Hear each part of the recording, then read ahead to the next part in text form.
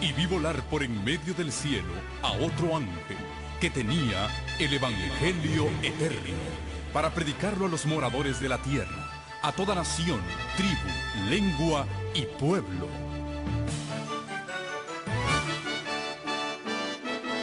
Con ustedes su programa cristiano con temas bíblicos de actualidad.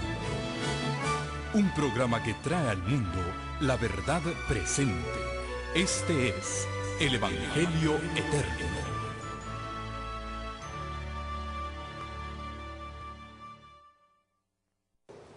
Aquellos que se nos unen a través de la pantalla, les damos también una muy cordial bienvenida. Estamos transmitiendo desde la ciudad de Chicago. Aquí se le llama la ciudad de los vientos, pero hoy no hay nada de viento. Hoy lo que hay es tremendo calor. Así son los climas extremos en esta ciudad, en el centro de los Estados Unidos. Estamos, para aquellos que nos acompañan a través de la pantalla de distintos países, estamos en el centro de Estados Unidos junto a los Grandes Lagos.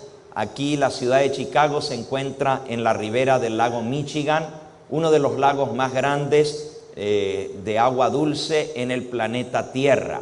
Realmente se mira como un mar. Cuando usted ve, no alcanza a ver el otro lado del lago, es sumamente grande.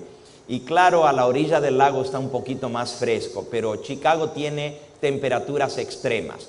En invierno, con el viento, el factor térmico puede bajar a más de 40 bajo cero.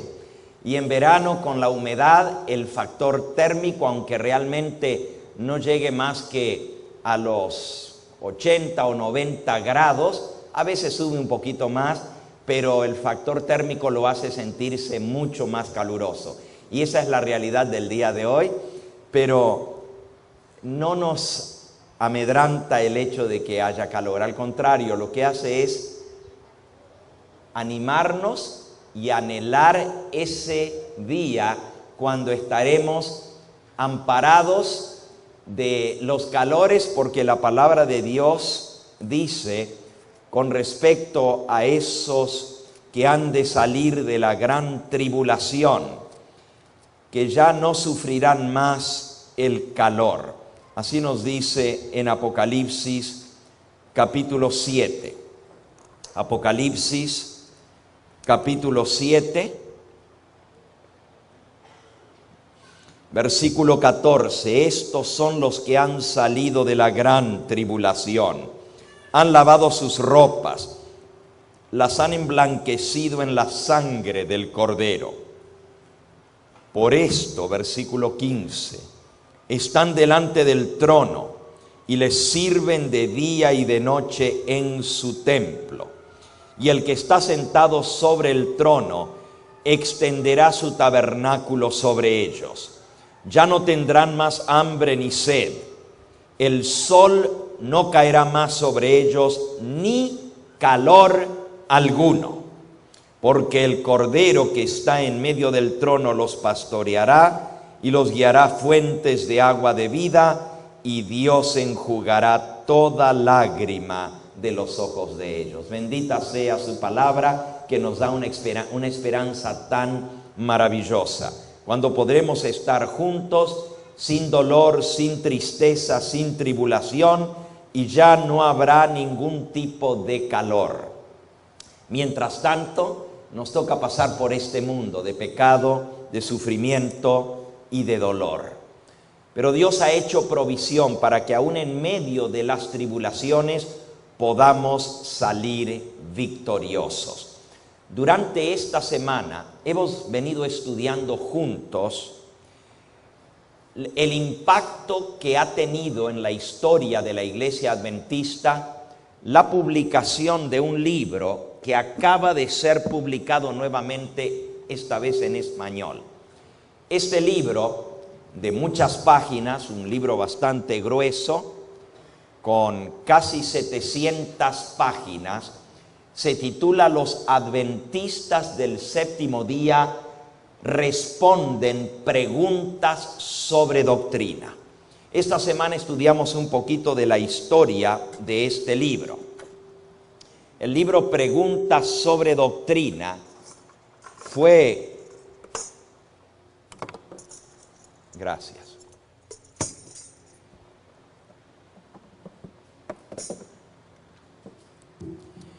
El libro Preguntas sobre Doctrina fue el resultado de un diálogo que tuvieron dirigentes de la Iglesia Adventista en la década de los 50, fines de 1950, o sea, hace 50 años atrás. Un diálogo entre adventistas y evangélicos protestantes. Contamos un poquito de la historia de este libro. Ciertos líderes prominentes del mundo cristiano pensaban escribir un libro en contra de la Iglesia Adventista del Séptimo Día, presentándola, como lo habían hecho ya en muchas ocasiones, como una secta, como una iglesia que se ha apartado del Evangelio, como una iglesia falsa. Y esto éramos atacados por mucho tiempo de ser una secta. Los dirigentes evangélicos vinieron a hablar con los hermanos adventistas porque querían recibir de primera mano la información de qué realmente creían los adventistas. Y al darse cuenta que algunas de las posiciones que ellos creían que los adventistas enseñaban no eran así, como por ejemplo, ellos pensaban que los adventistas enseñábamos que el hombre se salva por la fe en Cristo y también por las obras de la ley, que para ser salvos hay que guardar la ley. Cuando ellos entendieron que nosotros creemos en la justificación por la fe y que la salvación no la meritamos los seres humanos, no ganamos el perdón ni la salvación, sino que es un don de Dios y que creemos firmemente que la salvación es por la fe. Creemos que la obediencia es el resultado de la salvación y no lo que lo hace posible a la salvación. No nos salvamos por las obras, sino por la fe en Cristo. Esa fue una de las posiciones que les sorprendió. Y luego, investigando un poquito más nuestra doctrina, dijeron, bueno, esto amerita que nos sentemos con ellos y discutamos también otros puntos de doctrina. Y fue así como redactaron 40 preguntas doctrinales. Se nombró una comisión de dirigentes adventistas, 3 personas eruditos, que se sentaron con los evangélicos y finalmente redactaron la respuesta a esas preguntas. Y como resultado salió este libro. Los adventistas del Séptimo Día responden a preguntas sobre doctrina. Debemos decir que casi la mayoría o la totalidad de este libro es muy bueno. Presenta la posición adventista desde un punto de vista bíblico, escritural, defiende las verdades que nosotros creemos con una base bíblica y aquellas doctrinas de las cuales diferimos de las otras iglesias, como son el estado de los muertos, que es el alma, el infierno, el castigo de los impíos, lo que es la doctrina del santuario, la posición sobre la reforma pro salud y otras cosas que nos caracterizan como adventistas del Séptimo Día. En general, el libro es una buena respuesta a nuestros hermanos evangélicos que quieren saber de nuestra fe. Pero en su deseo de presentar a la iglesia bajo una luz positiva ante el mundo evangélico, los autores de este libro trataron de minimizar o aguar o bajarle el tono a ciertas doctrinas que para esos evangélicos parecían ofensivas. Y hacían de que no nos consideraran como una verdadera iglesia cristiana, sino como una secta anticristiana. Hay específicamente 3 áreas en las cuales el libro toma una posición que difiere grandemente con la posición de nuestra iglesia que se había mantenido por 100 años, desde nuestros comienzos hasta la década de los 50. Una de esas posiciones es con respecto a la relación de Elena de White y la Biblia. Y en este libro, Preguntas sobre Doctrina, esto estudiamos a principio de esta semana, se presenta que Elena de White es una autora adventista muy apreciada, que creemos que ella recibió el don profético, pero que el don profético de Elena de White no se puede comparar a lo mismo que recibieron los profetas de antaño, que lo de ella fue solamente inspiración o iluminación para ayudar a la iglesia adventista, pero que sus mensajes no eran de la misma categoría que los mensajes de los profetas bíblicos. O sea, Elena de White es inferior en inspiración. La razón para esto es que los evangélicos decían que si la iglesia adventista, aparte de la Biblia, tenía otros libros que los consideraba en el mismo nivel de autoridad que la Biblia, entonces éramos una secta antibíblica y anticristiana. Y en ese capítulo se presenta a Elena de White como una mensajera especial para la iglesia adventista, pero no como una profeta en todo el sentido de la palabra, igual que los profetas bíblicos. Ese es uno de los puntos que hemos discutido en esta semana, y lo vimos a la luz de la Biblia y del espíritu de profecía, cómo iba a venir un ataque directo contra este pilar de la fe adventista.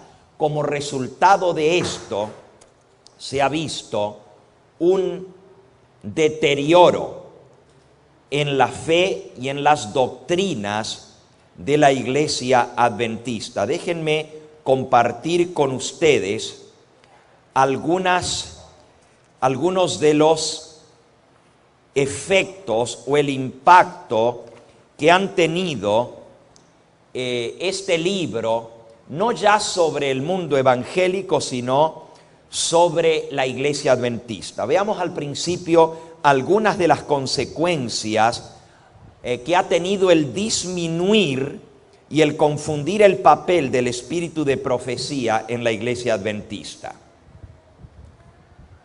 En primer lugar, el minimizar la inspiración de Elena de White ha llevado a muchos en la iglesia adventista a despreciar lo que nosotros conocemos como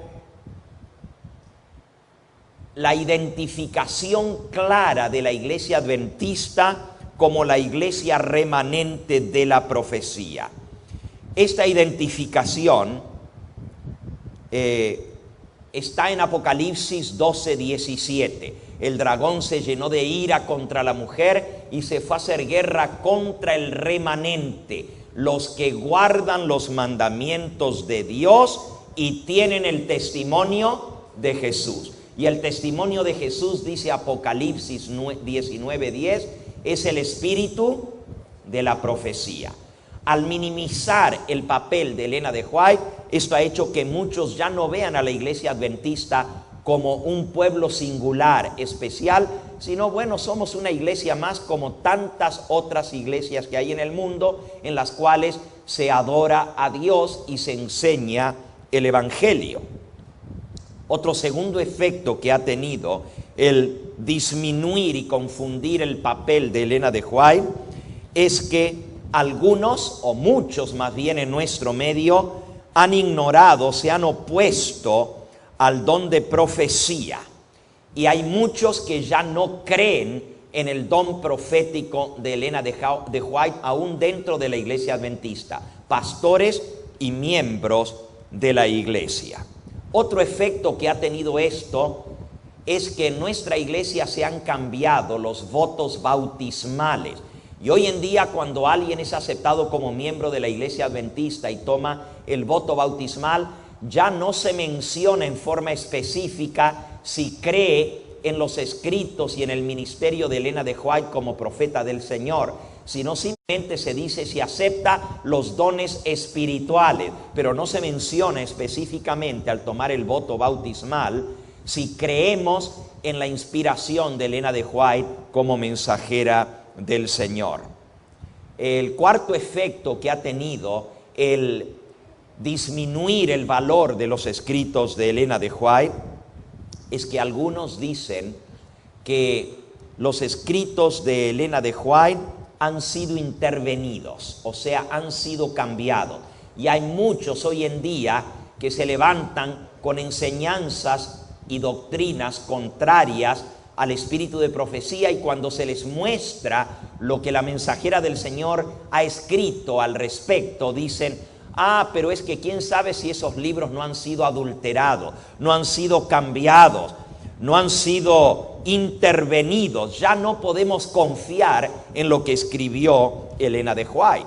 Otros dicen, bueno, y estos son los liberales, no se puede confiar en lo que escribió Elena de White antes de 1890, porque ella no tenía toda la luz sobre la justificación por la fe y sobre la divinidad de Cristo.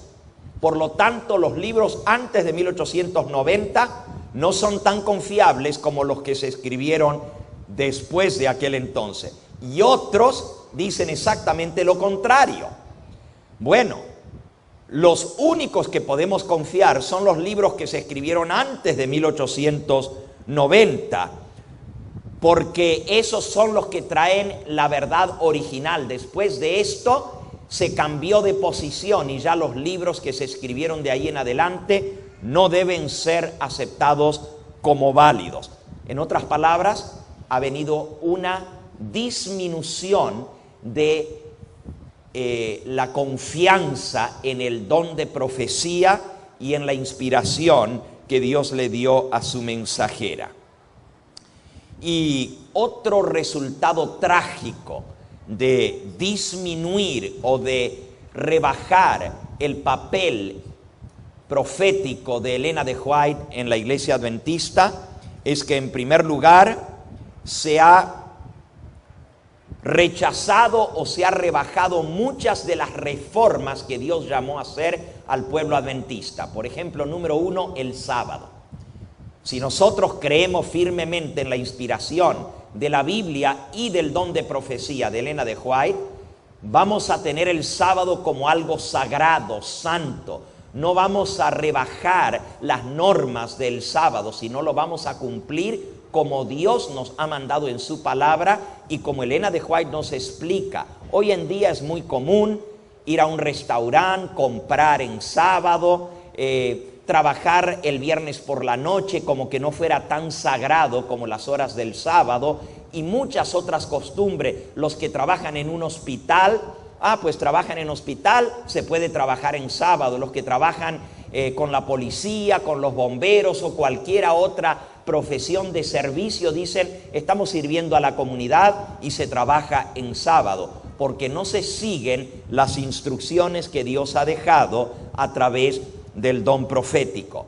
Otro asunto que ha cambiado radicalmente en la iglesia adventista es con respecto a la música en la iglesia, la música sacra.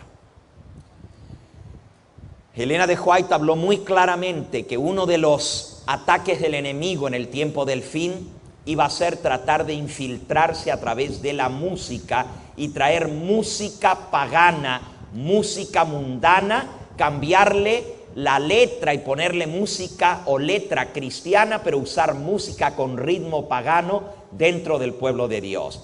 Justamente porque hemos perdido, muchos de los pastores y dirigentes ya no tienen esa misma confianza en el don profético. Hoy en día la música ha sido rebajada en nuestro medio. Y hoy en día ya no es esa música sacra que se escuchaba antes en la iglesia adventista. Elena de White ha dicho que esto iba a ser parte de la apostasía omega y que justo antes del cierre del tiempo de gracia se iba a introducir en el pueblo de Dios un tipo de música que iba a ser deshonroso para Dios. Iban a usar tambores, baterías, música estridente, subir el volumen de la música hasta hacerlo ensordecedor. Y todo esto que está pasando en la iglesia adventista hoy en día es cumplimiento directo de esa profecía. Pero al minimizar el rol de Elena de White, también se minimiza lo que ella ha dicho al respecto, y se dice que los tiempos han cambiado, que ya no se puede ser tan estrictos y tan fanáticos, y se van cambiando las posiciones, no solo doctrinales, sino también de práctica y de culto en la iglesia. Otra área en la cual ha sido terriblemente afectada la iglesia adventista es el área del entretenimiento, o sea, de la diversión. Elena de White es muy clara sobre las cosas que debemos hacer como cristianos. Claro, todo basado en la palabra de Dios, en los principios dados en la palabra de Dios, pero obviamente la Biblia no va a hablar acerca del cine, del teatro, de la televisión, de los juegos, de la competencia, los juegos de fútbol y otros que entran en competencia, porque eso no existía en la época de los escritores bíblicos. Pero basados en principios bíblicos, Elena de White presenta la posición que Dios anhela para su pueblo en este tiempo del fin, con respecto a lo que vemos en la televisión, el cine, el baile y otras cosas. Y esto hoy en día se ha ignorado casi en su totalidad, y la juventud hoy en día ya está practicando diversiones y entretenimientos que hace años atrás jamás se hubiera soñado en el seno de la iglesia adventista que podría llegar a ser esto. Eso es otro de los resultados de echar por el suelo el don de profecía. Otro es las normas de vestimenta del pueblo de Dios. Y esto se ve claramente en nuestro medio.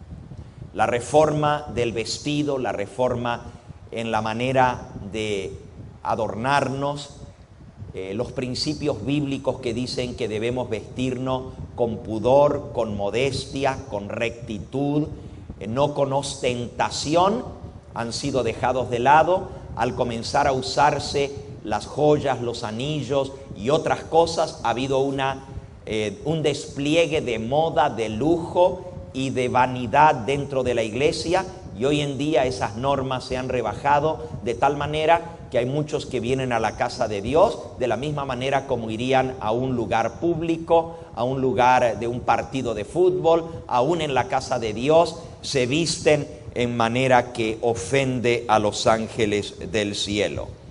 Otro asunto que ha sido terriblemente afectado es el área de la educación cristiana. Y esto, sus alcances son tremendos. Nuestros colegios, escuelas primarias, secundarias y universidades ya no solamente preparan a nuestros hijos para el reino de los cielos, pero ahora el énfasis es prepararlos para carreras en esta tierra, para hacer dinero. Y los jóvenes que salen de nuestras universidades ya no tienen el alto concepto de lo que es el servicio a Dios y dedicar una vida completa al servicio al Señor y entrar en las normas, más bien en las oportunidades de servicio al Señor desinteresadamente, no para hacer dinero, sino para servir a nuestro prójimo. Esto ha sido afectado tremendamente. Hoy nuestros colegios secundarios y superiores preparan a los jóvenes como cualquier otra escuela. La única diferencia es que se les da una clase de Biblia y nada más. Y entonces se les llama escuela adventista porque reciben una clase de Biblia, pero los conceptos filosóficos de servir a Dios, de dedicar nuestra vida por completo a predicar su mensaje, de prepararnos para ser parte de ese pueblo que dará el fuerte pregón, de servirle a Dios en las áreas de servicio a la comunidad, no para hacer dinero, sino por la satisfacción que trae de dedicar una vida completa a servir a Dios y a nuestro prójimo, prácticamente se ha perdido. Y la reforma educacional que Dios nos dio a través del espíritu de profecía, de volver a las raíces, de volver a cultivar la tierra como parte de la educación, enseñar a nuestros niños, a nuestros jóvenes al cultivo de la tierra, el salir de las ciudades y criar a nuestros hijos en un ambiente sano donde no estén viendo la pudrición de las ciudades, que nuestras escuelas estén fuera de la ciudad, en lugares propicios para que los jóvenes aprendan a amar a Dios. Todo esto se ha perdido en gran manera.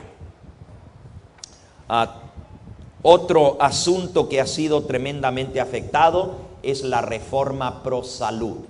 La reforma pro salud hoy en día casi prácticamente no se predica ni se practica en la iglesia adventista. Y creemos que reforma pro salud es solamente hablar en contra de la carne, cuando el Señor ha dejado un sinnúmero de consejos a través del don de profecía que nos pueden ayudar a vivir una vida más sana y más feliz en esta tierra. Al minimizar el don profético en la iglesia adventista de Elena de White, se ha perdido en gran manera la reforma pro salud. Y hoy en día aún ministros en la iglesia adventista dan el mal ejemplo con respecto a la reforma pro salud. La reforma en la vida familiar también. Se ha perdido en gran manera la santidad del matrimonio. Los consejos de Elena de White sobre el matrimonio, el divorcio y el recasamiento están siendo ignorados, y por eso hoy en día vemos a matrimonios que se divorcian no por razones bíblicas, se vuelven a casar y al cabo de un tiempo son aceptados otra vez como miembros de la iglesia, aunque están viviendo en adulterio porque su esposo o su esposa no rompieron el voto matrimonial. No fue por adulterio ni infidelidad que se divorciaron, sino por mal comprensión. Sin embargo, se separan, se divorcian, se vuelven a casar luego y ya los aceptan sin haber una base bíblica para el nuevo casamiento. Todo esto ha afectado los hogares, los hijos se están criando con padres que no son sus padres, en hogares divididos, y el mal ejemplo en la iglesia se ve constantemente. Ustedes ven que un solo punto, el diablo sabía lo que hacía. ¿Se acuerdan de la cita que hemos leído durante esta semana? Cómo el diablo tenía planificado minar la fe del pueblo remanente, dudando de los testimonios. Dice aquí, Mensajes Selectos, tomo 1, página 54, el último engaño de Satanás se hará para que no tenga efecto el testimonio del Espíritu de Dios, porque sin profecía el pueblo será ¿qué? Dispersado, disipado. Esto es Proverbios 29, 18. Sin profecía el pueblo será disipado. Y entonces dice la mensajera del Señor, Satanás trabajará hábilmente en diferentes formas y mediante diferentes instrumentos para perturbar la confianza del pueblo remanente de Dios en el testimonio verdadero del Espíritu de Dios. El enemigo ha hecho esfuerzos magistrales para perturbar la fe de nuestro pueblo en los testimonios. Esto es precisamente lo que Satanás se propuso que ocurriera, y los que han estado preparando el camino para que la gente no preste atención a las advertencias y los reproches de los testimonios del Espíritu de Dios, verán que una ola de errores y apostasía de toda clase aparecerán en la iglesia. Estaba profetizado y ahora, 50 años más tarde, estamos cosechando el fruto de lo que se sembró. La duda en el espíritu de profecía ha traído una ola de apostasía, una ola de errores que se han infiltrado dentro de la iglesia, como acabamos de mencionar, un sinnúmero de ellos, y muchos más que están afectando la vivencia de nuestra amada iglesia adventista. Estudiamos también esta semana sobre el ataque directo de Satanás contra la expiación y contra la obra de Cristo en el santuario celestial. Y vimos cómo a través de este libro, Preguntas sobre Doctrina, se introdujo la idea evangélica de que la expiación se completó en la cruz del Calvario y que allí Cristo completó la obra de la expiación, se pagó por nuestros pecados y a través de lo que Cristo hizo, eso es suficiente para el perdón de los pecados. Nosotros aprendimos por la palabra de Dios anoche que para que un pecador fuere perdonado, no solamente se necesitaba la muerte del sustituto en el viejo pacto, del animalito que moría en lugar del pecador, pero el sacerdote tenía que hacer expiación por el pecado llevando la sangre al santuario y presentándola delante de Dios. Así la Biblia nos enseña que Cristo murió como sacrificio expiatorio en la cruz del Calvario, pero que Él tuvo que resucitar para hacer posible nuestra salvación y nuestro perdón. Miren lo que dice el libro a los Romanos, ya que estamos estudiando la epístola de los Romanos en este trimestre. Vamos a buscar en Romanos cómo lo explica el apóstol San Pablo, la importancia de la obra de Cristo. Dice Romanos capítulo 5,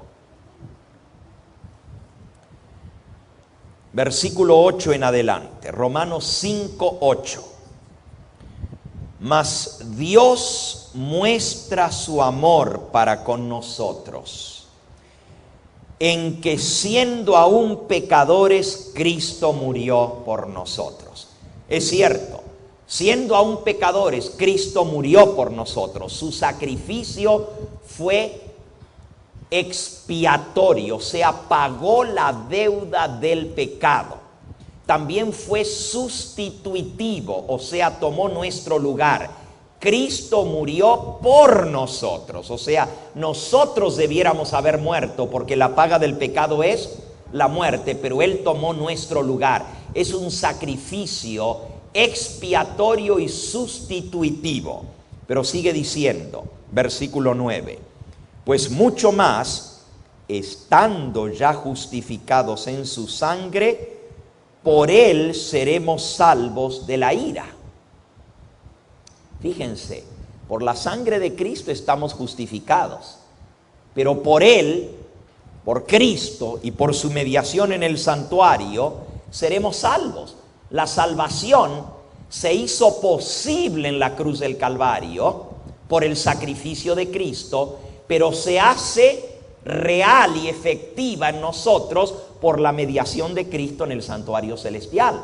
Si fuera cierto que todos nos salvamos por la muerte de Cristo, entonces todo el mundo sería salvo. Si la muerte de Cristo pagó por los pecados de toda la humanidad, y sabemos que así fue, y si eso fuera suficiente para que los seres humanos sean salvos, entonces toda la raza humana se salvaría. Pero la realidad es que el sacrificio de Cristo en la cruz hizo posible la salvación. Pero la salvación se obtiene cuando Cristo la consigue en el santuario celestial por los méritos de su sangre. Sigue diciendo el versículo 11. Y no solo esto, sino que también, versículo 10. Porque si siendo enemigos fuimos reconciliados con Dios por la muerte de su Hijo, mucho más estando reconciliados seremos salvos por su vida. Aquí no dice que somos salvos por la muerte de Cristo, dice que somos salvos ¿por qué? Por la vida. Por la vida de Cristo significa que Él resucitó, ascendió, intercede por nosotros y por eso somos salvos. La salvación no es solamente por la muerte de Cristo. Escuchen bien, no vamos a confundirnos. Sin la muerte de Cristo no hay salvación. Sin la muerte de Cristo no hay perdón. Sin la muerte de Cristo no hay expiación. Es necesaria la muerte de Cristo, pero así como es de necesaria la muerte de Cristo para la salvación, también su resurrección y su intercesión en el santuario celestial son así de vitales para nuestra salvación. Las dos cosas son necesarias. Si Cristo hubiera solamente muerto, no habría salvación, porque se necesita un sacerdote que haga la expiación por el pecado. Por eso Cristo resucitó para ser nuestro sacerdote intercesor. Y dice en Romanos capítulo 8 y versículo 34: ¿quién es el que nos condenará? Cristo es el que murió, más aún el que también resucitó, y el que además está a la diestra de Dios, y el que también intercede por nosotros. Así que, hermanos, para ser salvos no solamente se necesitó la muerte de Cristo, sino también su resurrección, su ascensión al cielo, a la diestra de Dios donde está, y su intercesión por nosotros. Todo esto es vital para nuestra salvación. Al declarar que la expiación del pecado se concluyó en la cruz del Calvario, estamos negando todo lo demás que sigue en la obra de Cristo en el santuario celestial.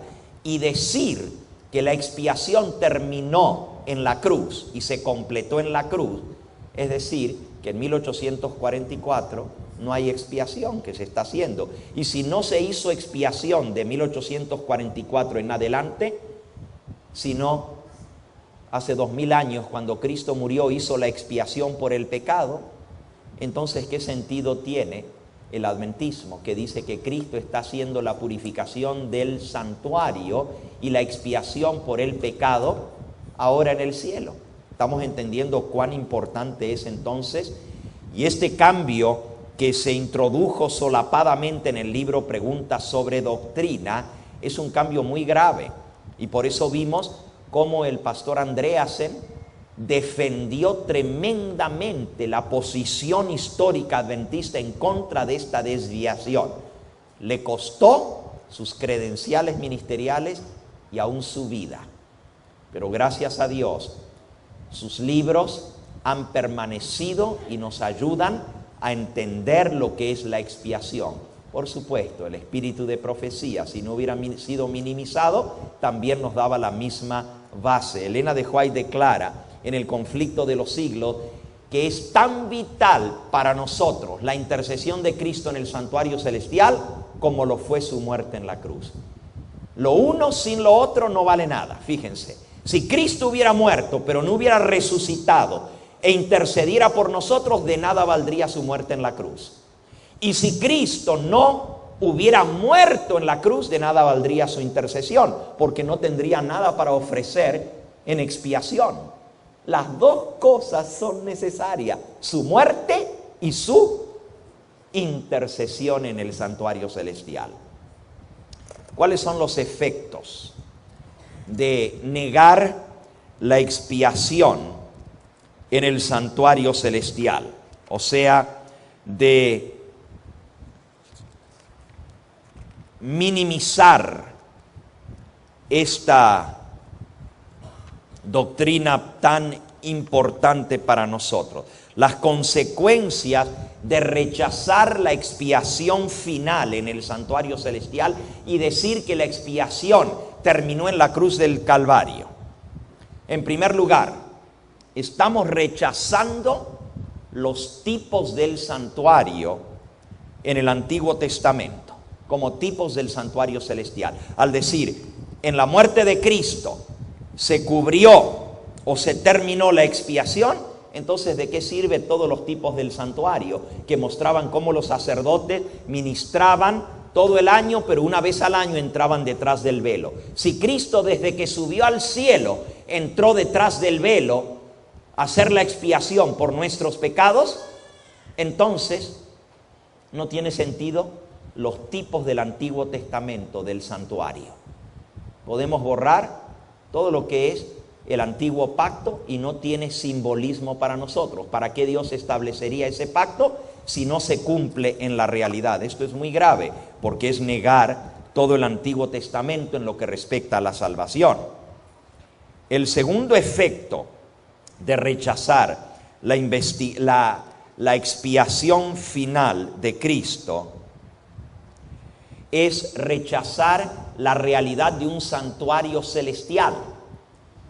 O sea, los que niegan la expiación final de Cristo dicen, el cielo es el santuario.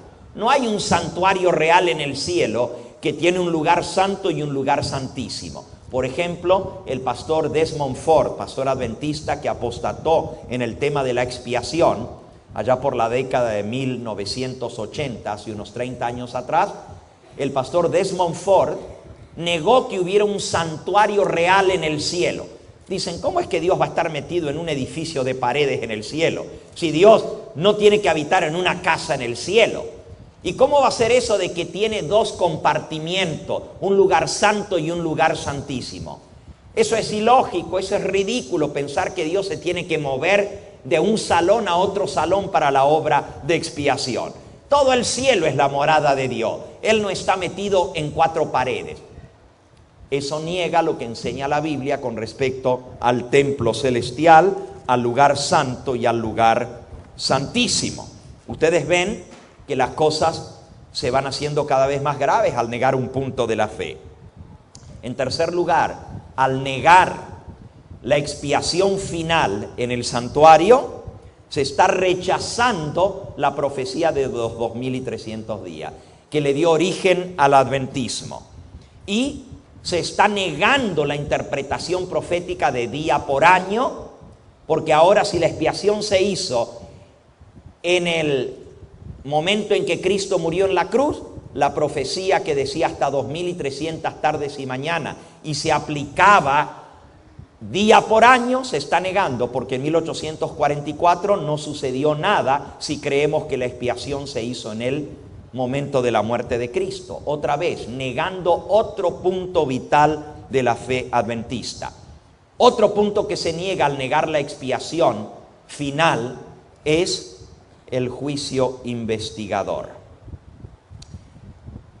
Nosotros sabemos que antes de que Cristo venga, se tiene que hacer un juicio, porque cuando Él viene, dice la Biblia, Él trae su galardón consigo para recompensar a cada uno según sea su obra. Cuando Él viene, Él viene a dar su recompensa, Él viene a recogernos para llevarnos con Él, y los impíos van a ser destruidos por el resplandor de su venida. Quiere decir que ya el juicio tiene que ser hecho. Pero si yo niego la expiación final, el día de expiación, Yom Kippur, el día del juicio, estoy negando que en 1844 comenzó el juicio investigador. Otro efecto de negar la expiación final es negar que los pecados sean borrados al fin del tiempo, justo antes de la lluvia tardía. Eso lo enseña la palabra de Dios en Hechos 3:19.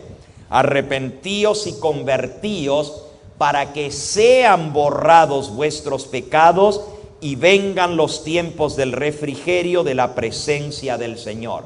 Los tiempos de refrigerio son el derramamiento de la lluvia tardía y el fuerte pregón. Pero si yo creo que mis pecados son borrados en la cruz del Calvario, entonces, ¿qué sentido tiene que yo los confiese? Los que creen en la nueva teología adventista, porque hermanos, quiero decirles lo siguiente, y esto es bien grave. Desde 1958 en adelante, cuando se publica el libro Preguntas sobre Doctrina, este libro que estamos evaluando en esta serie, desde la década de los 60 para adelante, o sea, los últimos 50 años, ha habido dos corrientes teológicas en la iglesia adventista. Una se conoce como el adventismo tradicional o el adventismo histórico, o simplemente adventistas del séptimo día como siempre hemos sido. La otra corriente se conoce como el nuevo adventismo, o también se le llama la nueva teología o la teología evangélica adventista. Les di 3 nombres para ambas posiciones, ¿ok? La posición tradicional adventista se conoce como el adventismo tradicional o se conoce también como el adventismo histórico o como adventistas como siempre hemos sido. Pero la otra posición, que viene como resultado de la publicación del libro Preguntas sobre Doctrina, se conoce como el adventismo moderno, nuevo adventismo, o también se le llama adventismo o más bien teología adventista evangélica, porque se parece mucho al resto del mundo evangélico, aunque seguimos guardando el sábado, aunque seguimos creyendo en el estado de los muertos, pero en ciertos aspectos ya nos parecemos más a los evangélicos, creer de que en la cruz del Calvario Cristo hizo la expiación completa por el pecado y que no hay una expiación final. También se le llama la nueva teología. Y esto está muy común hoy en día. Ahora aquí viene lo triste. Prácticamente la totalidad de las universidades adventistas donde se preparan los pastores de la iglesia adventista actualmente han adoptado la posición de la nueva teología. Con raras excepciones de profesores que enseñan en ciertos colegios adventistas y que todavía enseñan la posición histórica adventista, la mayoría de los profesores de teología hoy en día en las universidades enseñan la nueva teología. Eso quiere decir que la mayoría de los pastores que se gradúan hoy en día en una de las universidades adventistas ya vienen con esta nueva enseñanza evangélica. Y esto mina, desestabiliza los pilares de la fe adventista. Y por eso está nuestra iglesia hoy en día como está.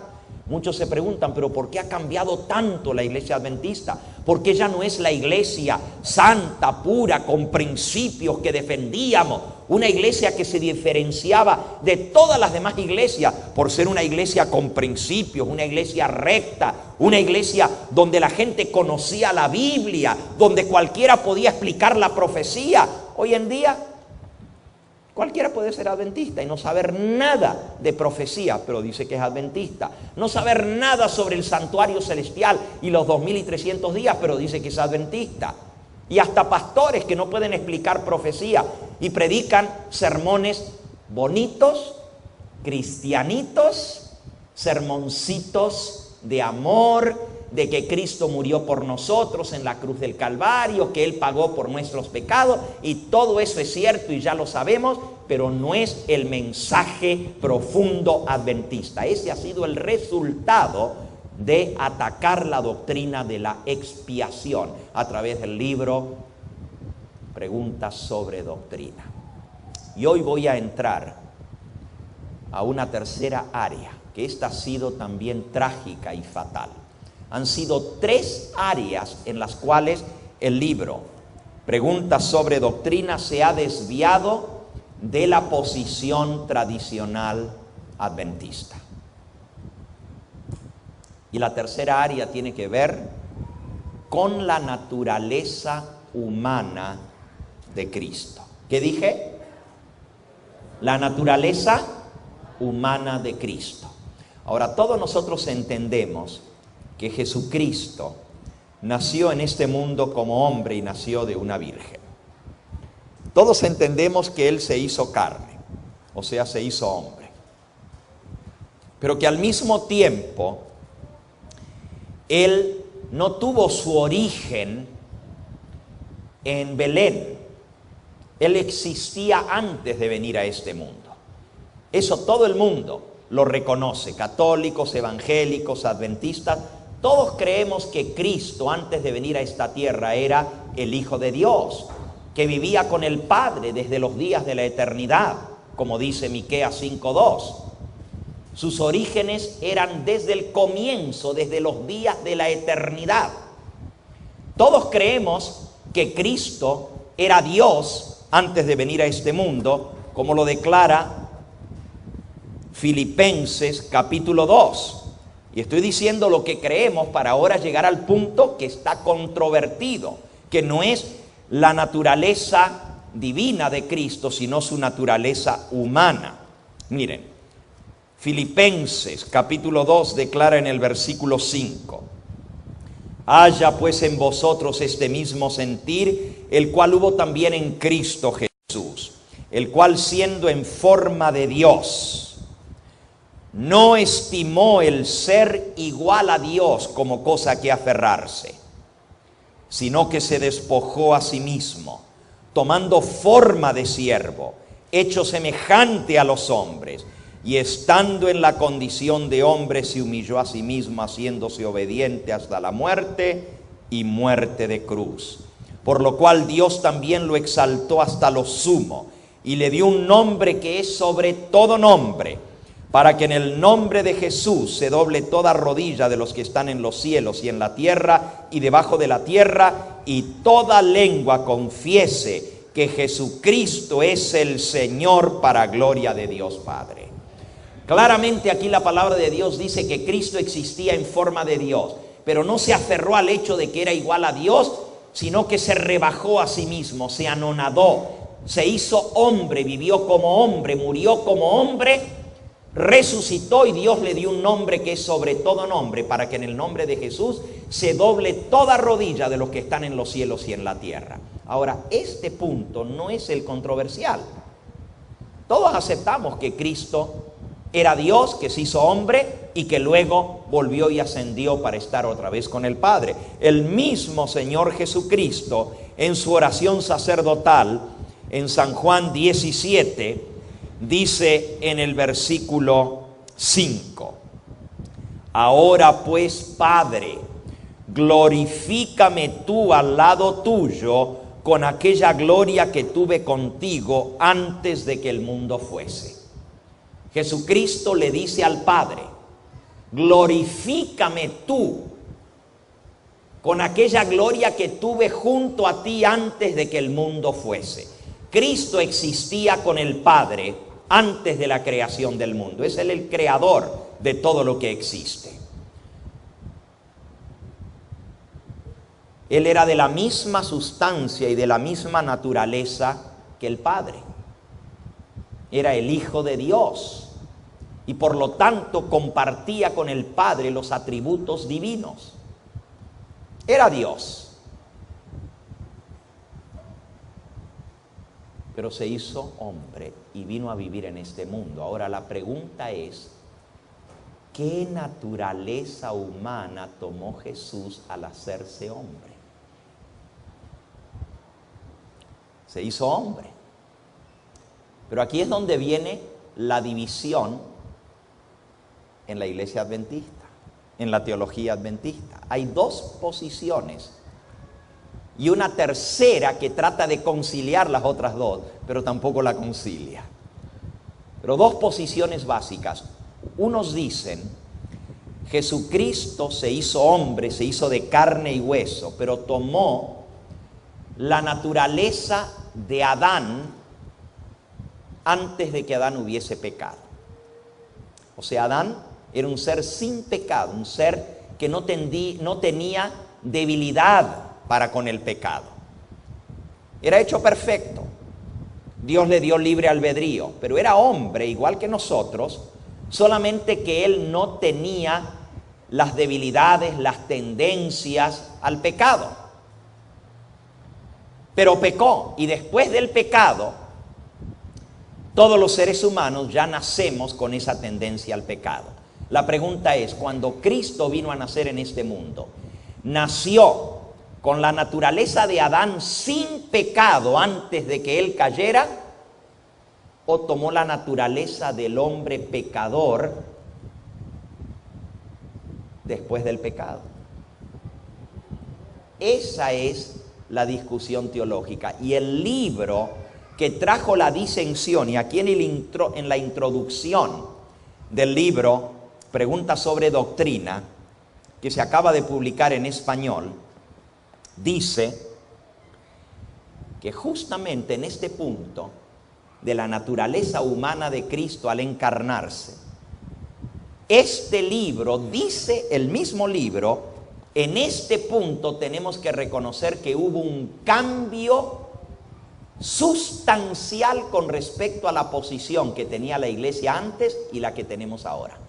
Eso dice el libro. Antes creíamos una cosa, ahora se ha cambiado esa posición en este libro. Eso dice aquí en la introducción. De las otras dos cosas, y son 3 puntos, ¿no es cierto?, que yo les dije que son controversiales. Uno es el rol de Elena de White en relación con la Biblia. En eso ellos dicen no, siempre ha sido igual. Elena de White no ha sido igual que los profetas de la Biblia, cosa que no es cierto, pero eso dicen, que no se cambió.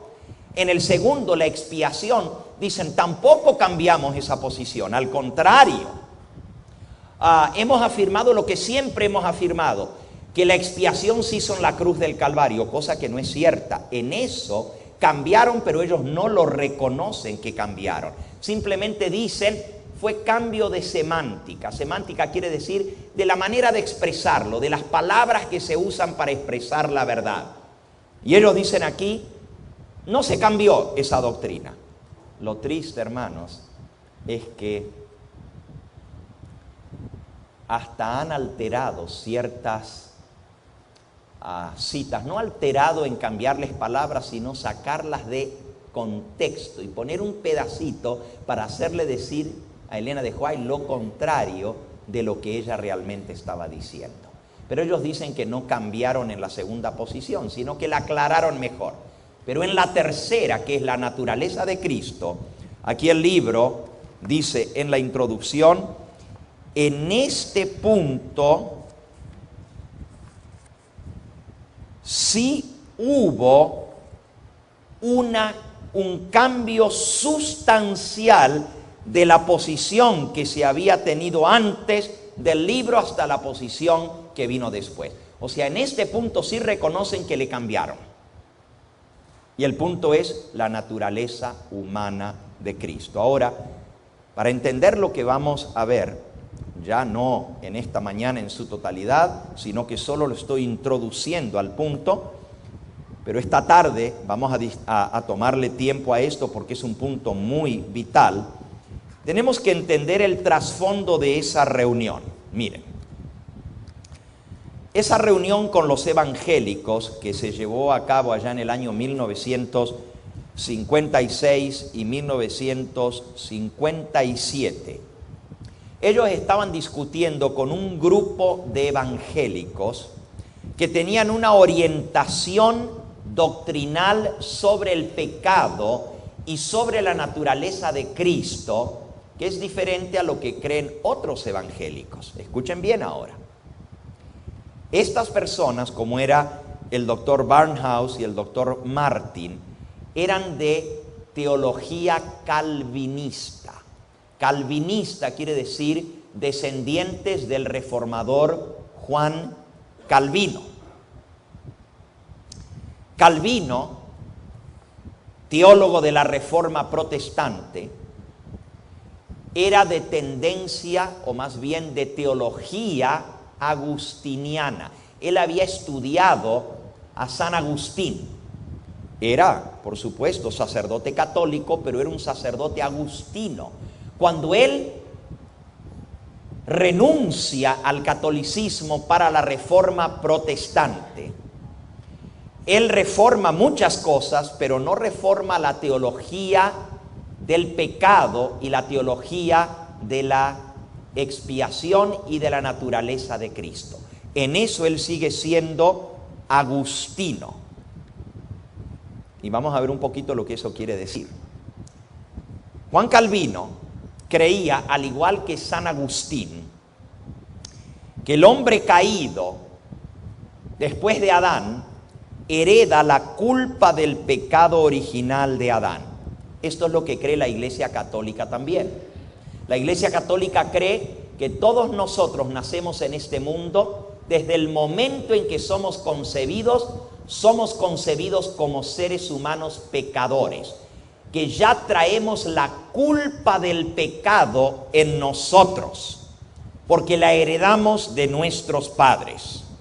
A eso se le llama el pecado original. ¿Han oído ustedes hablar de la culpa del pecado original? Eso es doctrina católica, pero es doctrina también calvinista. O sea, Los presbiterianos, los evangélicos ortodoxos y muchos otros grupos son calvinistas en ese sentido. O sea, creen en el pecado original, creen que el hombre está totalmente depravado por el pecado y que si bien el Señor nos perdona y nos salvamos por la gracia, nunca podemos dejar de pecar porque somos pecadores por naturaleza. Dios no cambia la naturaleza del hombre, Él no cambia el corazón del hombre. El hombre sigue siendo pecador. Lo que Dios cambia es los registros en el cielo. Nos borra todo el pecado y nos adjudica la vida de Cristo, pero nosotros seguimos siendo pecadores hasta el mismo momento en que Cristo venga en la cruz venga en la segunda venida. No podemos dejar de pecar porque somos pecadores. Calvino creía en la predestinación. ¿Qué es la predestinación? Que Dios había creado unos hombres para salvarlos y a otros para que se perdieran. Ya estaban predestinados. Y los que Dios predestinó para salvación, Él los va a salvar porque Él escogió salvarlos. Porque Dios hace lo que se le da la gana. Él es soberano. Él es Dios y Él puede hacer lo que Él quiere. Y por lo tanto, Él escogió a ciertos hombres para que se salvaran y a otros para que se perdieran. A eso le llama Calvino el horrendo decreto de la doble predestinación. Horrendo. Horrendo porque, bueno, el que fue escogido para que se salve, qué bueno, pero ¿y el que fue escogido para que se pierda? Se perdió. Y no importa lo que haga, se va a perder, no tiene chance de salvación. No tiene oportunidad de salvación porque ya Dios lo escogió para perdición. ¿Por qué? Porque todos nacemos pecadores y Dios escogió salvar a algunos y perder a otros. Eso es calvinismo. Eso es doctrina agustiniana. Ahora, no todos los evangélicos creen eso. Por ejemplo, nosotros estamos reunidos en este momento en una iglesia evangélica unida. Se llama Iglesia Metodista Unida, United Methodist Church. Los metodistas no creen eso, no son calvinistas. Los metodistas son arminianos. Arminianos son los seguidores de otro reformador evangélico que creía que Dios ha dado al hombre libre albedrío y que el hombre es el que escoge si se va a salvar o se va a perder.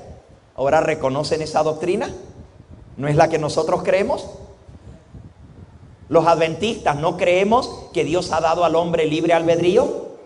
En eso estamos de acuerdo con los metodistas y con los bautistas y con muchos otros grupos evangélicos que son arminianos. O sea, creemos que todos somos pecadores, como vimos hoy en la lección, que la paga del pecado es muerte, que Dios a través de Cristo hizo provisión para la salvación de la raza humana, pero que para ser salvo yo tengo que creer, tengo que aceptar a Cristo, tengo que escoger la salvación y pedirle al Señor que Él interceda por mí, le pida al Padre que me limpie, que me perdone, que me transforme. Y mediante la intercesión de Cristo en el santuario celestial, yo puedo ser salvo. Esa es la doctrina del libre albedrío. Ahora escuchen. Estos evangélicos influyentes que se reunieron con los dirigentes adventistas en la década del 50, eran calvinistas. Y creían que el pecado original, que es la culpa que heredamos de Adán, está sobre todos los hombres. Creían que Cristo no pecó porque Él fue diferente de nosotros, porque Él no tomó una naturaleza igual que la nuestra, sino que Él tomó una naturaleza sin pecado para podernos dar a nosotros esa naturaleza sin pecado. Y es la única manera de ser salvos, porque nosotros no podemos dejar de pecar. Él simplemente nos perdona y nos adjudica su vida perfecta, sin pecado, la pone a nuestra cuenta y así somos salvos. Esta gente evangélica Creían que cuando una persona nace, ya nace pecador y lleva la culpa del pecado. Nosotros, como arminianos o creyentes en el libre albedrío, Elena de White era metodista antes de conocer el mensaje de los tres ángeles. Era metodista. Y ella creía de la misma manera como creemos nosotros hoy en día, que los seres humanos se salvan escogiendo a Cristo como Salvador personal. Que nosotros tenemos que escoger la salvación. Que Dios no salva a nadie por la fuerza, ni pierde a nadie por la fuerza. Dios no determina quién se salva o quién se pierde. Eso lo determinamos nosotros. Nosotros escogemos nuestra salvación. Y eso enseña la palabra de Dios. Ahora, esto es un punto muy vital para que entendamos lo que pasó con el libro Questions on Doctrine. El libro Questions on Doctrine está tratando de convencer a un grupo de evangélicos que nosotros somos cristianos verdaderos, una iglesia cristiana en una iglesia o una secta anticristiana. Para ellos, ser cristiano significaba creer que Cristo tomó la naturaleza sin pecado. Pero en la mente de esos evangélicos, si uno decía que Jesús tomó naturaleza pecaminosa, para ellos era decir, Cristo nació siendo pecador. Y si Cristo nació siendo pecador, entonces no nos puede salvar. Porque ¿cómo un pecador va a salvar a otro pecador? ¿Están entendiendo ahora el problema? Los adventistas del séptimo día siempre hemos creído, siempre digo hasta 1957, por 100 años de existencia, habíamos creído que Cristo tomó una naturaleza pecaminosa, que Él tomó la naturaleza del hombre después de 4000 años de pecado y heredó la naturaleza humana, no de Adán, sino de los descendientes de Adán. Nació de María, y María era descendiente de Adán, era descendiente del rey David. Cristo tomó la naturaleza humana después de 4000 años de pecado, y con esa naturaleza humana vivió en esta tierra, pero nunca jamás pecó. Por favor, entiendan esto que es vital para nosotros. Cuando nosotros decimos que Cristo tomó naturaleza humana pecaminosa, no estamos diciendo que Cristo fue pecador. ¿Está claro esto? No estamos diciendo que Cristo en algún momento, en lo más mínimo, haya sido pecador. No. Él jamás pecó, pero tomó nuestra naturaleza degradada y debilitada por el pecado. Él no vino como Adán, que nunca había pecado. Vino después de 4000 años de que había entrado el pecado en este mundo y tomó esa naturaleza. Y usted dice, pero ¿qué importancia puede tener esto si tomó la naturaleza de Adán o la naturaleza nuestra pecaminosa? Oh, mucho.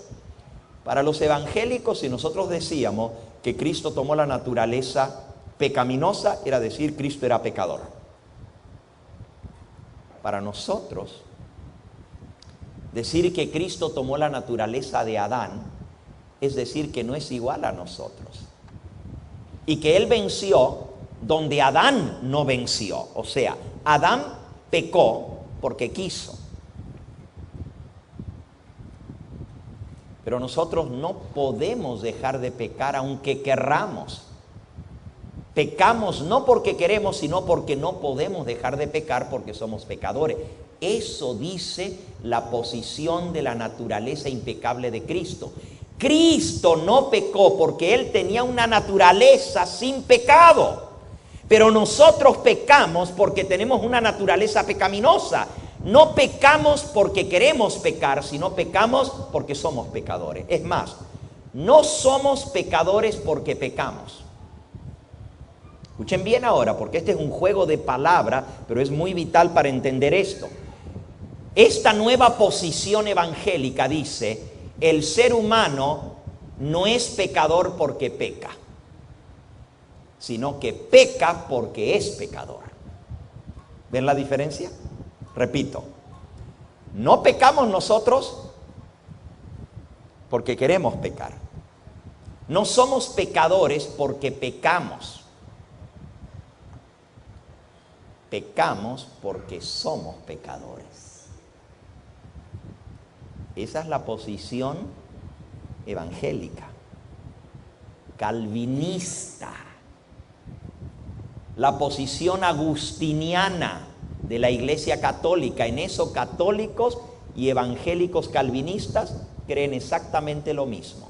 Nosotros no creemos eso, a menos que usted sea de la nueva teología adventista. Y si usted es de la nueva teología adventista, usted cree que no se puede vivir sin pecado en este mundo y que vamos a seguir pecando todos los días de nuestra vida hasta que Cristo venga y nos transforme. Pero que en esta vida no se puede vencer el pecado totalmente. Si usted cree en la nueva teología adventista, usted cree que Cristo era diferente de nosotros. No era exactamente igual como nosotros. Por eso Él venció, porque no tiene la misma naturaleza nuestra. Él venció porque tenía ventaja sobre nosotros. Él no tenía herencia de pecado como nosotros tenemos herencia de pecado. Por eso Él venció. Pero nosotros no podemos vencer como Cristo venció, porque Él tenía una ventaja sobre nosotros. Él tenía una naturaleza impecable, o sea, una naturaleza desde el momento en que fue concebido sin pecado. ¿Saben lo que dice el Ave María? Ave María purísima, sin pecado, ¿qué? Concebida. Pero eso la Iglesia Católica se lo aplica a la Virgen María y se lo aplica a Cristo. Como la Iglesia Católica cree que Cristo fue sin pecado concebido, para poder haber sido concebido sin pecado, su madre tiene que haber sido sin pecado. Por lo tanto, la Virgen María también tiene que haber sido concebida sin pecado. Por eso el Ave María dice, Ave María purísima, sin pecado concebida. O sea, ella fue concebida cuando nació sin pecado y Cristo fue concebido sin pecado. ¿Eso es lo que nosotros creemos? No. Ahora, tampoco creemos que Cristo nació siendo pecador.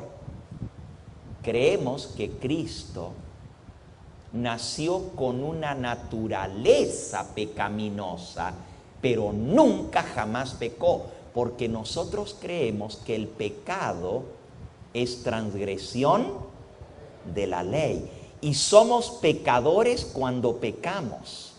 No pecamos porque somos pecadores. ¿Me expliqué?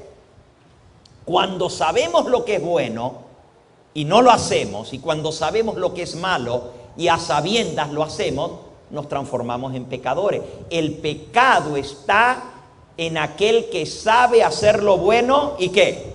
Y no lo hace. Santiago capítulo 4 y versículo 17. El pecado está en aquel que sabe hacer lo bueno y no lo hace. ¿Qué otra cosa es pecado? La definición bíblica de pecado está en Primera de Juan capítulo 3 y versículo 4, que dice: todo aquel que peca traspasa también la ley, pues el pecado es ¿qué? Transgresión de la ley. El pecado es transgresión o infracción de la ley. A ver, vamos a definir esto un poquito más. La posición evangélica o el nuevo adventismo o el adventismo evangélico, la nueva teología dice: todos nosotros nacemos pecadores.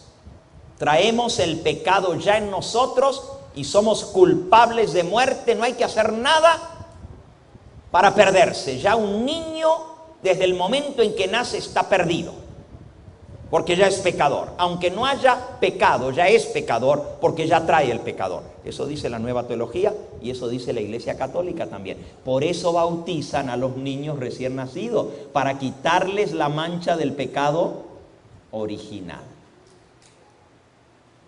También esa nueva teología dice, porque somos pecadores por naturaleza, no podemos dejar de pecar. Cristo pagó la deuda de nuestro pecado y nos salvamos porque Él pagó nuestra deuda. Pero en lo que se refiere a dejar de pecar, es imposible dejar de pecar hasta que Dios cambie nuestra naturaleza y nos dé una naturaleza sin pecado cuando Él venga en la transformación. Esa es la nueva teología adventista. El adventismo tradicional, lo que creyó Elena de White, lo que creyeron los pioneros adventistas, es totalmente diferente. Esto es lo que enseña la Biblia y esto es lo que vamos a estudiar esta tarde, en el tema de esta tarde. Vamos a ver que la palabra de Dios enseña que Cristo vino a tomar el lugar del hombre caído y tomó carne pecaminosa, y eso lo dice la Biblia, no el adventismo solamente, no Elena de White solamente. ¿Quieren leerlo? Romanos capítulo 8, ya que estamos en el libro de los Romanos estudiando este trimestre. Miren lo que dice Romanos capítulo 8. Dice el versículo 3.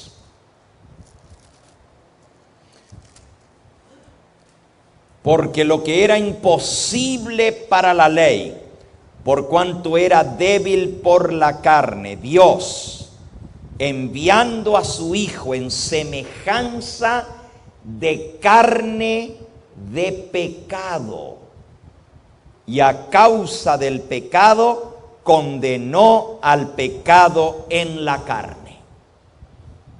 Cristo tomó carne de pecado, o sea, carne pecaminosa como la nuestra, con la herencia del pecado, pero condenó al pecado en esa carne pecaminosa. O sea, Él mostró que un ser humano puede vivir una vida de obediencia a Dios y que no está obligado a pecar. En otras palabras, el pecado es escoger hacer lo malo. No estamos obligados a hacer lo malo, porque Cristo tomó la naturaleza igual a la nuestra, pero nunca jamás pecó. Alabado sea el nombre del Señor. Y este es un versículo. Esta tarde vamos a ver una cantidad de versículos y vamos a ver los efectos que tiene en el cambiar esta doctrina. Ahora, hermanos, en este punto, el mismo libro, Preguntas sobre Doctrina, declara que esa posición se cambió rotundamente. Hay un libro que yo les recomiendo. Ese libro fue escrito por el pastor Rafael Larson. Él acaba de morir hace unos 2 años atrás. Pero es un pastor teólogo adventista por muchos años. Y ese libro se tradujo al español. Se titula El Verbo se hizo carne. El Verbo se hizo carne. Ralph Larson es el autor. Rafael Larson.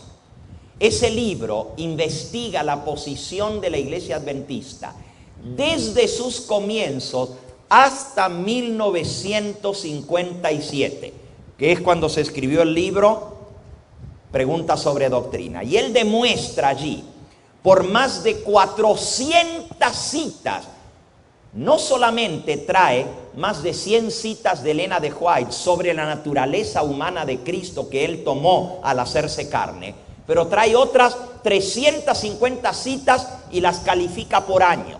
Año por año va mostrando que a lo largo de 100 años, todos los libros y publicaciones adventistas tenían una sola posición con respecto a la naturaleza humana de Cristo. Él había tomado naturaleza pecaminosa. Ni uno solo disentía sobre eso. Todo el mundo estaba de común acuerdo en esa doctrina. Después de 1957 eso cambió diametralmente. Ahora, ¿por qué es tan importante esto para nosotros, hermanos?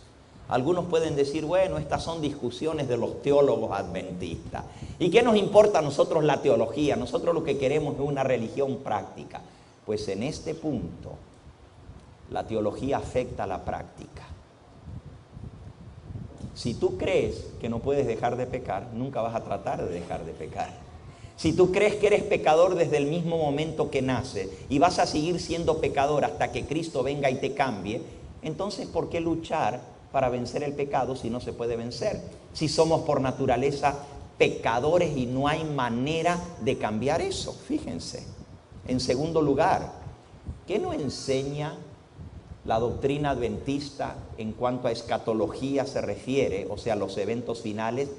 Que cuando Cristo salga del santuario, tenemos que vivir en esta tierra durante el tiempo de angustia y el derramamiento de los juicios finales de Dios sin mediador. ¿Qué nos enseña la doctrina adventista? Que para recibir el sello de Dios en la frente hay que haber vencido todo defecto de pecado, si no, nunca vamos a recibir el sello de Dios. Pero si la nueva teología dice que no se puede dejar de pecar, entonces todas esas doctrinas al zafacón, a la basura. Ninguna de esas ya sirve. ¿Por qué? Porque no se puede dejar de pecar. Pero no hace falta dejar de pecar, porque ya Cristo vivió una vida sin pecado por nosotros, y si yo creo en Él, esto es lo que creen todos los evangélicos. Yo creo en Cristo, lo acepto como Salvador, ya me salvó, ya soy salvo, no tengo que hacer nada más que creer en Cristo y me voy a salvar. No importa cómo viva, no importa qué tipo de vida tenga, porque de todos modos soy pecador y no puedo dejar de pecar. En este punto es muy crucial, porque si tú aceptas la nueva teología adventista, estás rechazando lo que dice la Biblia sobre el pecado, lo que la Biblia dice sobre la salvación y lo que la Biblia dice sobre los eventos finales. Cristo va a salir del santuario y va a decir: el que es justo siga siendo justo, y el que es inmundo siga siendo inmundo. Y cuando eso suceda, si tú todavía tienes inmundicia en tu vida, te vas a quedar inmundo para siempre y vas a haber perdido tu salvación.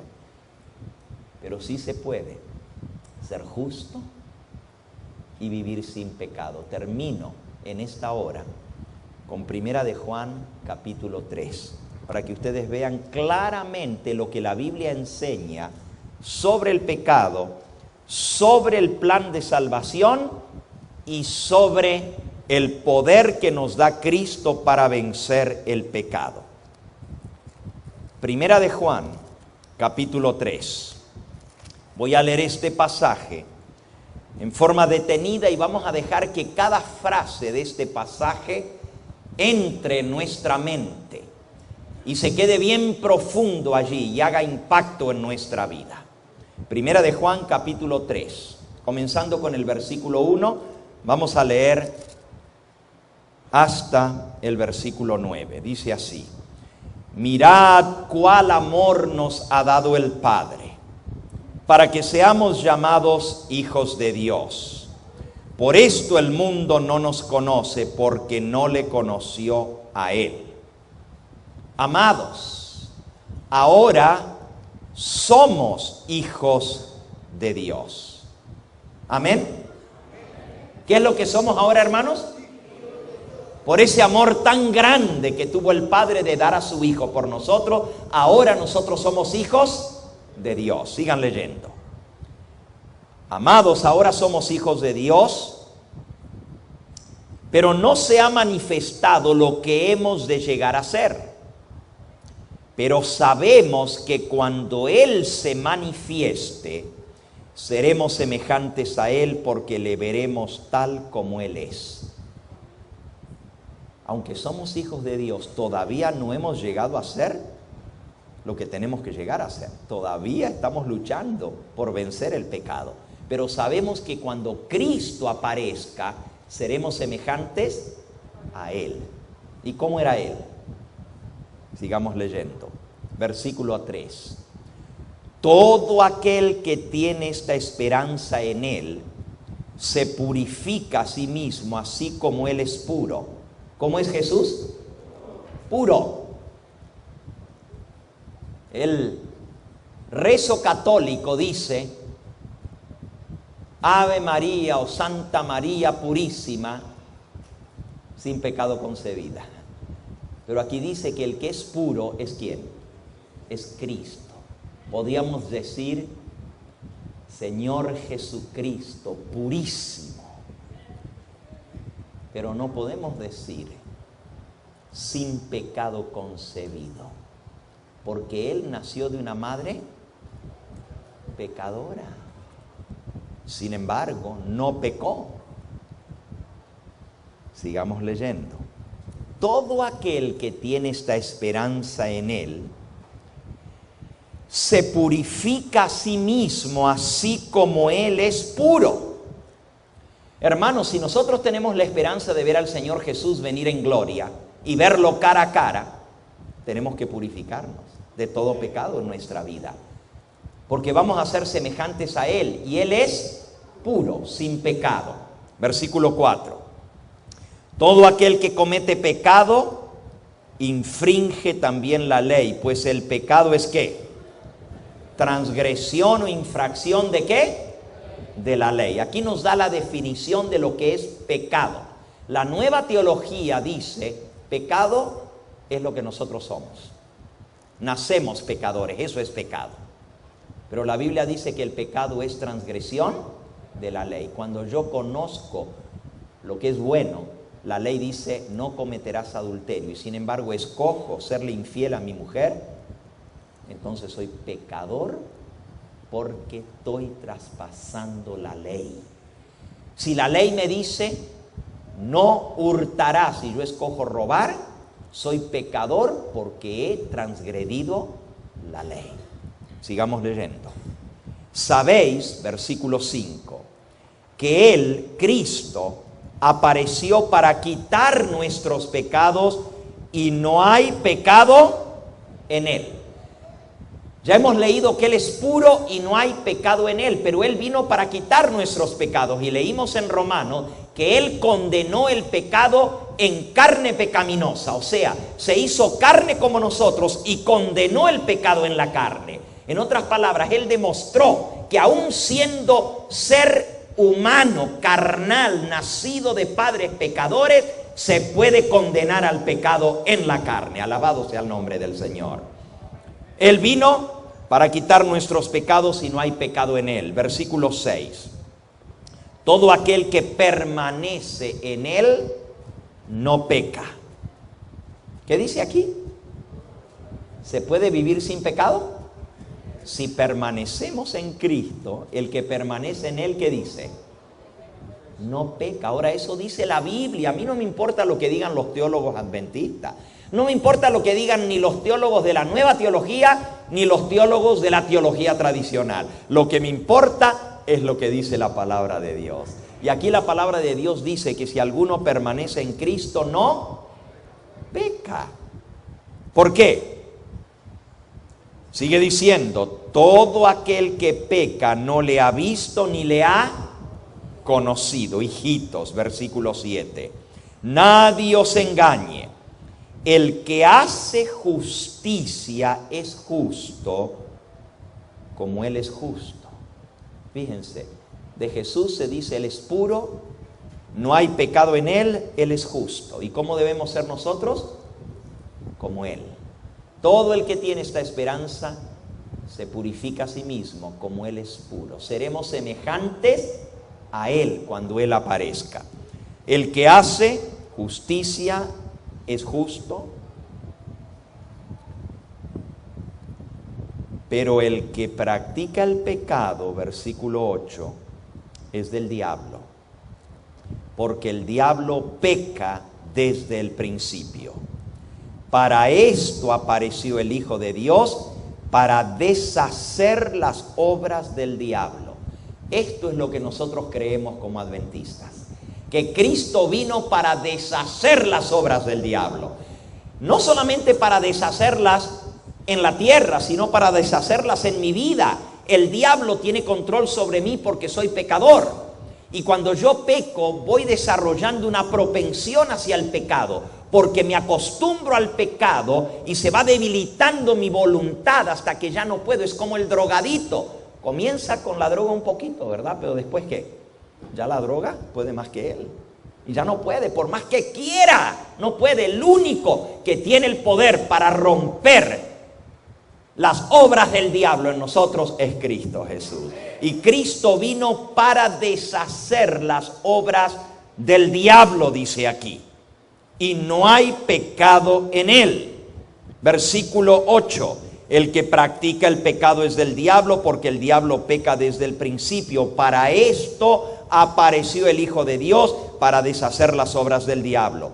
Todo aquel que es nacido de Dios no peca, porque la simiente de Dios permanece en él y no puede pecar porque es nacido de Dios. En esto se manifiestan los hijos de Dios y los hijos del diablo. Amigos, aquí está muy clarito. El que es nacido de Dios no peca.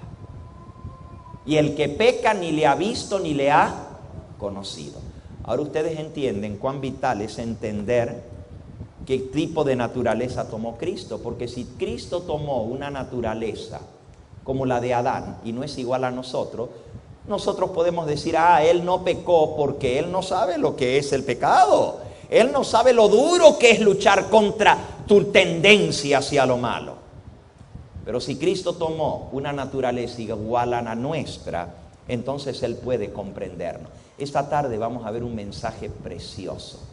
Un mensaje que nos muestra cómo nosotros podemos llegar a vencer a través de Cristo Jesús. ¿Cuántos en esta mañana quieren agradecerles a Dios por haber conocido este bendito mensaje de salvación? ¿Verdad que Dios nos ha dado un mensaje precioso? Y no solamente nos ha dado la comprensión de este mensaje, sino nos ha dado el don profético para que podamos confirmarnos en la verdad presente. Miren, Dios siempre escogió hablar al ser humano a través de profetas. Desde el comienzo, desde que entró el pecado, Dios levantó a profeta. Y Dios le dijo a Moisés, profeta levantaré en medio de tus hermanos. Si nosotros somos el pueblo de Dios, Dios tiene que haber levantado el don profético en nuestro medio, porque es una de las características de la iglesia remanente. Gracias a Dios por el don de profecía. Amén. Gracias a Dios por la obra de Cristo en el santuario celestial. No solamente por su muerte, sino por su resurrección, por su ascensión al cielo y por su intercesión por nosotros. Gracias por la obra de Cristo en el lugar santísimo. Y gracias porque a través de Él podemos alcanzar la perfección para un día vivir en un mundo sin pecado, donde nadie jamás va a volver a pecar. Eso es lo que yo anhelo. En esta tarde, al ver la naturaleza de Cristo y la manera como Él ha hecho provisión para ser salvados del pecado, vamos a aprender más a fondo lo que significa ser un verdadero cristiano adventista del séptimo día.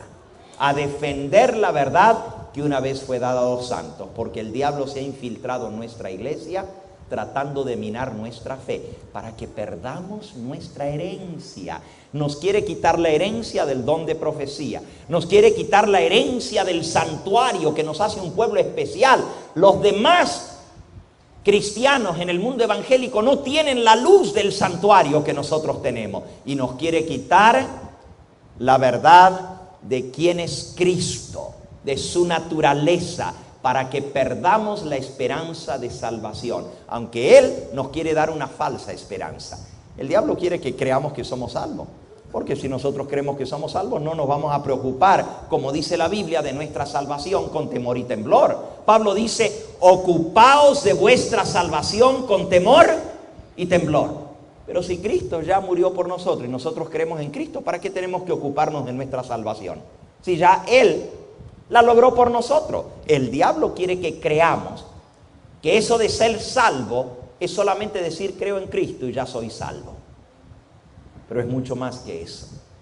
Es permanecer en Cristo. El que perseverare hasta el fin, ese será salvo. Para ser salvo, no solamente hay que creer en Cristo, hay que permanecer en Cristo. ¿Qué dijo el Señor Jesús? El que permanece en mí, este es el que lleva mucho fruto, porque separados de mí, nada podéis hacer. Que el Señor nos ayude apreciar este evangelio, a permanecer en Cristo, en su gracia, y por el poder que Él nos da desde el santuario celestial, lograr la victoria en esta vida, condenar al pecado en la carne, para que un día podamos vivir con carne santa por toda la eternidad. ¿Quieres en esta hora reconsagrar tu vida al Señor y pedirle que Él te ayude por la gracia de Cristo, agarrarte de su mano para no pecar más contra Él?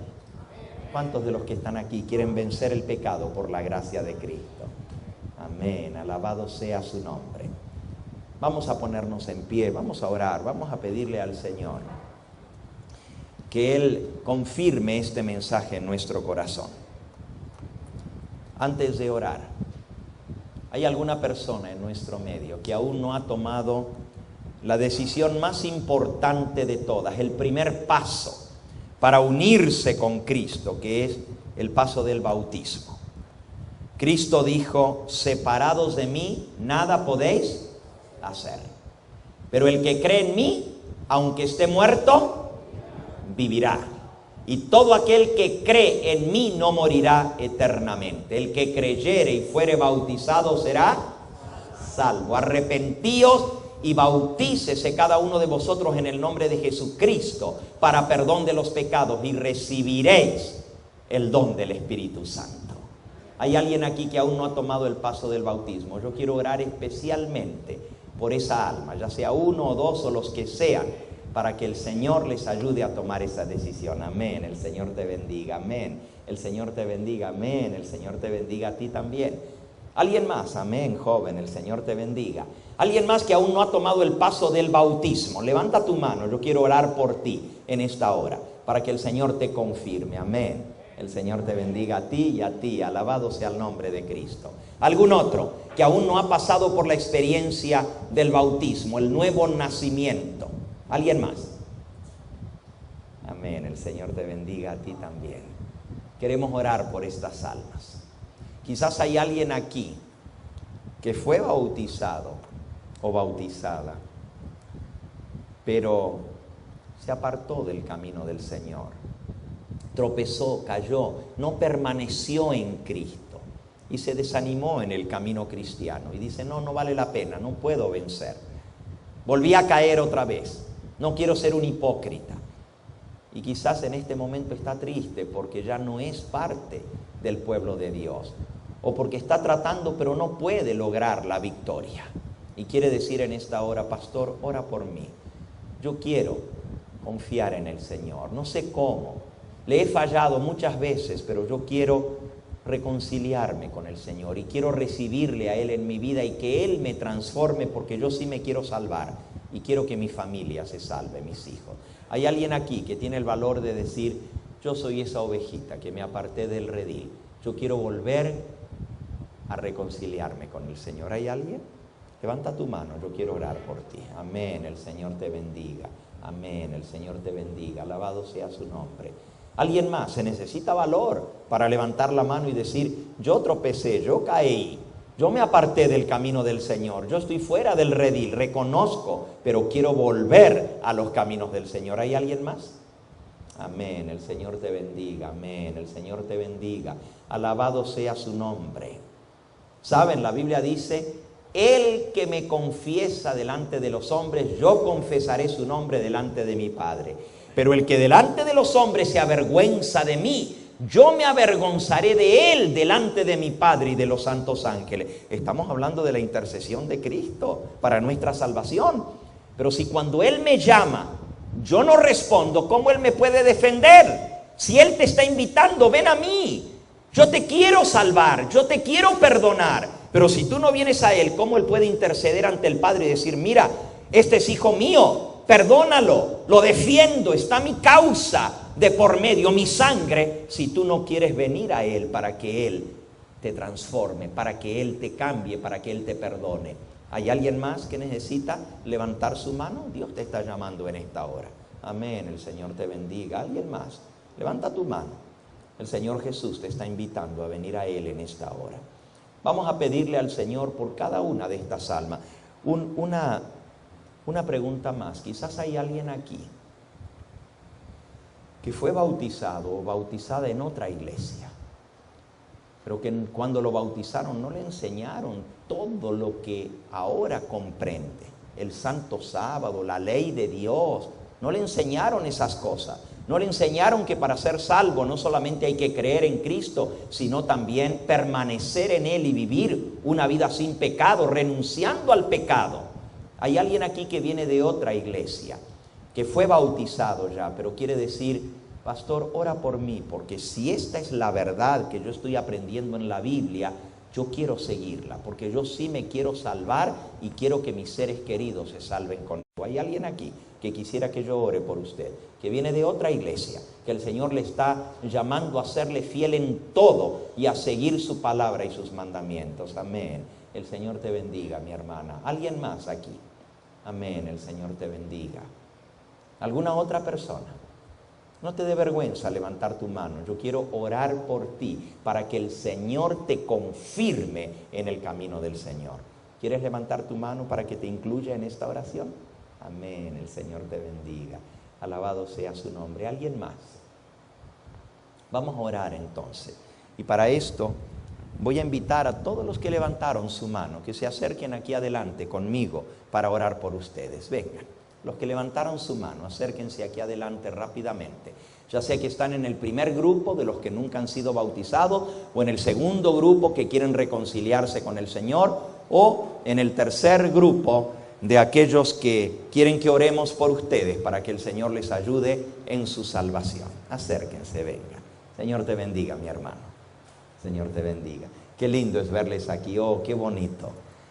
Vengan, acérquense, den un pasito aquí más cerca para que los que vienen llegando puedan acercarse también. Gloria a Dios por cada una de estas decisiones. Bendito sea el nombre del Señor. Oh, qué hermoso que se ve aquí adelante. Qué lindo. ¿Cuántas almas han respondido? La Biblia dice: la palabra que sale de mi boca, dice el Señor, no volverá a mí vacía, no vuelve atrás vacía. Y el Señor ha traído estas almas a sus pies. Ustedes son el fruto de la oración de Cristo. Cristo oró por ustedes. Dijo: Padre, aquellos que me has dado, yo quiero que estén conmigo. Y ustedes son hijos de salvación, son hijos de redención, porque el Señor los ha llamado y han respondido al llamamiento de Dios. Vamos a pedirle que Él selle esta decisión en sus corazones. Amén. Inclinemos el rostro para orar. Amantísimo Padre y Dios, alabado y glorificado sea tu bendito nombre. Amén. Gracias, Señor, por Jesús nuestro Salvador, el sacrificio expiatorio perfecto por nuestros pecados. Gracias por su resurrección, por su ascensión a la diestra del Padre y por su intercesión por nosotros, haciendo la expiación final en el santuario celestial. Gracias por el poder del Espíritu Santo que tú envías a través de Cristo a nuestra vida para redarguirnos, para corregirnos, para transformarnos, para darnos el poder para vivir una vida diferente. Mora en nosotros a través de tu Espíritu, oh Señor, y que tu obra pueda ser hecha en nosotros. Mira estas almas que han pasado aquí adelante. Son hijos, hijas tuyos, sinceros. Han escuchado tu voz y han respondido a tu llamado. Acéptalos, Señor, recíbelos. Perdónanos nuestros pecados. Lávanos con esa sangre preciosa de Cristo. Transfórmanos por el poder de tu Espíritu Santo. Danos un nuevo corazón, una nueva vida, y escribe tu ley en nuestro corazón, para que así podamos vivir una vida de obediencia a tus mandamientos. Sabemos, Señor, que la salvación no la ganamos nosotros, es la obra de Cristo. Pero Él no solamente pagó nuestros pecados, sino Él venció el pecado en la carne. Y nosotros también queremos vencer agarrados de la mano de Cristo Jesús. Gracias, Señor, porque sabemos que si permanecemos en ti, no seguiremos pecando. Sella estas almas para salvación y que muy pronto puedan ellos sellar su vida contigo a través del bautismo. Despídenos con tu bendición y que no nos perdamos el mensaje de la tarde, porque lo suplicamos en el nombre de Jesús. Amén, Señor. Amén. Amén.